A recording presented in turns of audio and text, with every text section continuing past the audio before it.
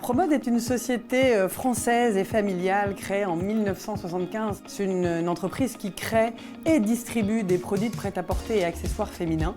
Promode compte aujourd'hui à peu près 2400 collaborateurs.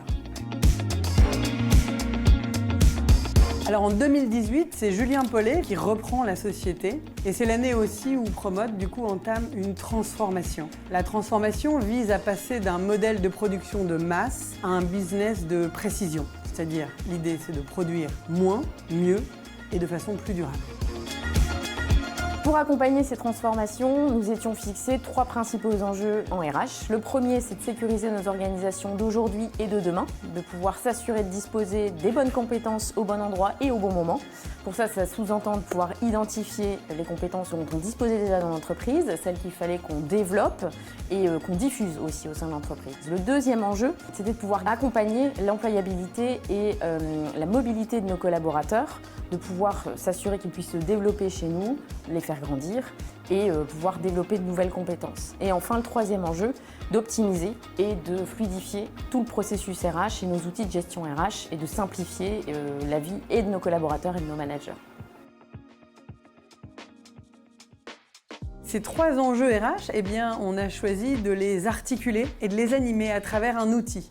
Cet outil, c'est NeoBrain. NeoBrain nous offrait la possibilité d'avancer dans notre projet avec souplesse et agilité, c'est-à-dire à notre rythme et surtout en correspondance avec nos attentes et nos contraintes. La solution s'adapte au fil de l'eau à ces spécificités de notre contexte, de notre entreprise. Et la deuxième raison qui fait que nous avons choisi NeoBrain, c'est la relation de qualité, la relation de proximité que nous ont offert les équipes commerciales et les équipes projet qui aujourd'hui nous mettent complètement en confiance et qui nous permettent d'avancer avec sérénité dans le déploiement de ce projet.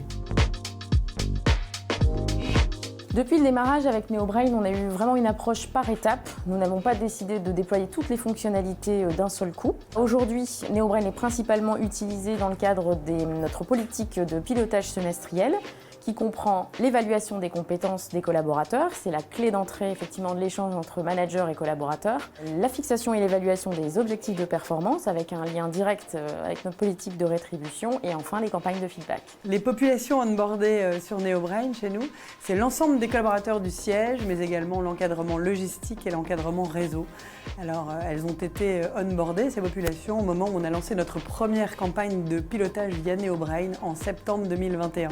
Toutes ces actions de communication et de formation nous ont permis d'avoir un excellent taux d'utilisation de ce nouvel outil au moment du lancement, puisqu'à peu près 100% des collaborateurs se sont connectés pour réaliser leur entretien de pilotage via NeoBrain. Après 3 ans d'utilisation de l'outil, notre prochaine étape est de rationaliser le référentiel de compétences aidé par les équipes NeoBrain. L'objectif étant de mettre toute la puissance de l'outil au service de nos politiques d'employabilité et de mobilité de nos collaborateurs.